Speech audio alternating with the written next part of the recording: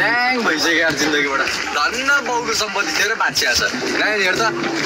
त्यसको जस्तै हुन्थ्यो जिन्दगी हेर्न कमसेकम हाम्रो लागि त्यसको कस्तो पोहोर त छैन नि यार थुप्रा हेर्न थुप्रा हेर पानीपुरी बेच्दा बेच्दा पानीपुरीकै खोस्टा जस्तो भइसक्यो भने त्यही पनि दुईतिर भन परे जस्तो त्यही भएर राम्रो राम्रो त्यो गरिब पनि बेचा बेचा सुनिदिनु न त गरिबको कुरा सुन्न आएको छैन है केटा हो अब कस्तो कुरा सुन्छ नि पानीपुरी भाइ यस्तो हाँस्ने खेल्ने उमेर के पानीपुरी बेचिरा कति छ हो कमाइ धमाइ खासै त छैन नि कमाइ धमाइ भाइ खासै त छैन नि त्यही कहिले काहीँ हो देख्यौ कमाइ केही छैन तर पनि सुनै सुन्छ है फेरि पनि भिडियो हेर्दै जाम है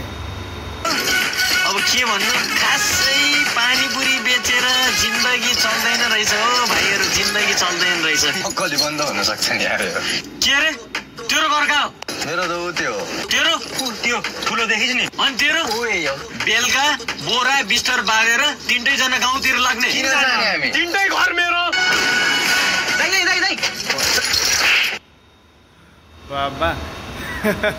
उसकै घरमा बसेका छन् होइन भाडामा फेरि भनिरहेछन्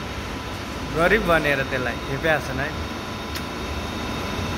किन हानेको दाइ त्यतिकै तँलाई हेलिकप्टरको चाबी जथाभावी नराख भने होइन हेर त जथाभावी उडाइरहेछ है हरायो भने फेरि उसको जिम्मामा जथाभावी उडाइरहेछ नि त्यो चारवटा हराइसक्यो यार यो पनि हरायो भने तेरो कि सम्हाल्ने जब छ नि चै एक दिनको कमाइ जान्छ यार गाह्रो छ नि यार